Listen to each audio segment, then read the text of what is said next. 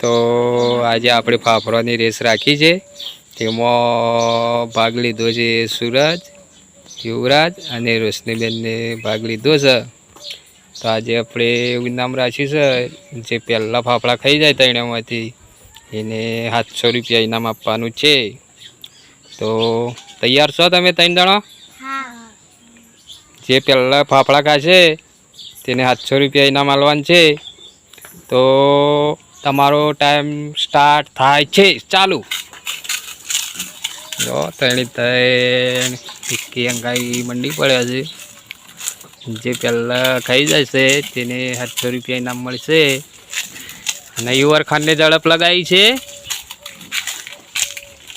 સૂરજ પણ ઝડપ કરી રહ્યો છે, ફટોફટ ફાફડા ખાઈ રહ્યો છે. અને રોશની પણ મંડી પડી છે.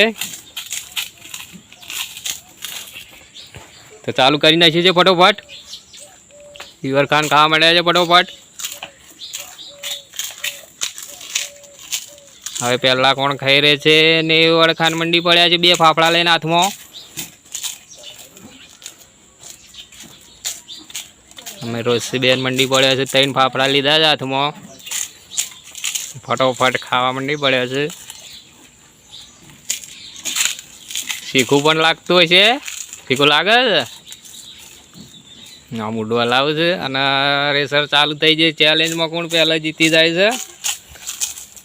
અમે સૂરજને 2, 4 ને 100 ફાફડા છે અને યુવરાજને પણ વધારે છે અને રોશનીબેનને સૌથી વધારે છે. કોઈ સ્પીડ મારતો નથી.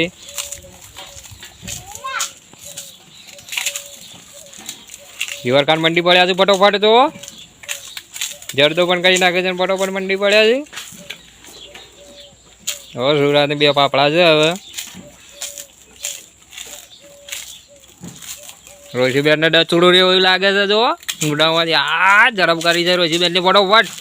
4 ફાફડા છે. સૂરજને 1 જ ફાફડો છે. કોણ ખાઈ જાય છે પહેલાં? યુવર ખાનને પણ ઝડપ લગાવી છે, પણ યુવર ખાનનો કબૂ ભરાઈ ગયો છે.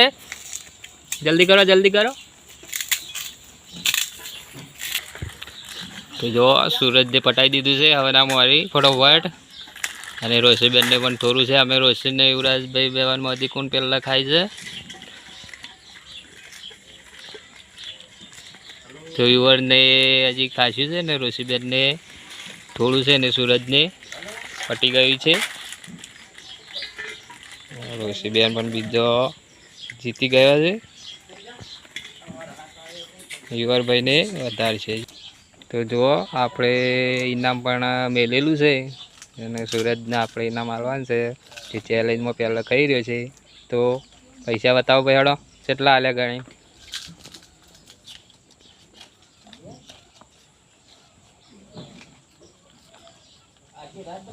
કેટલા છે?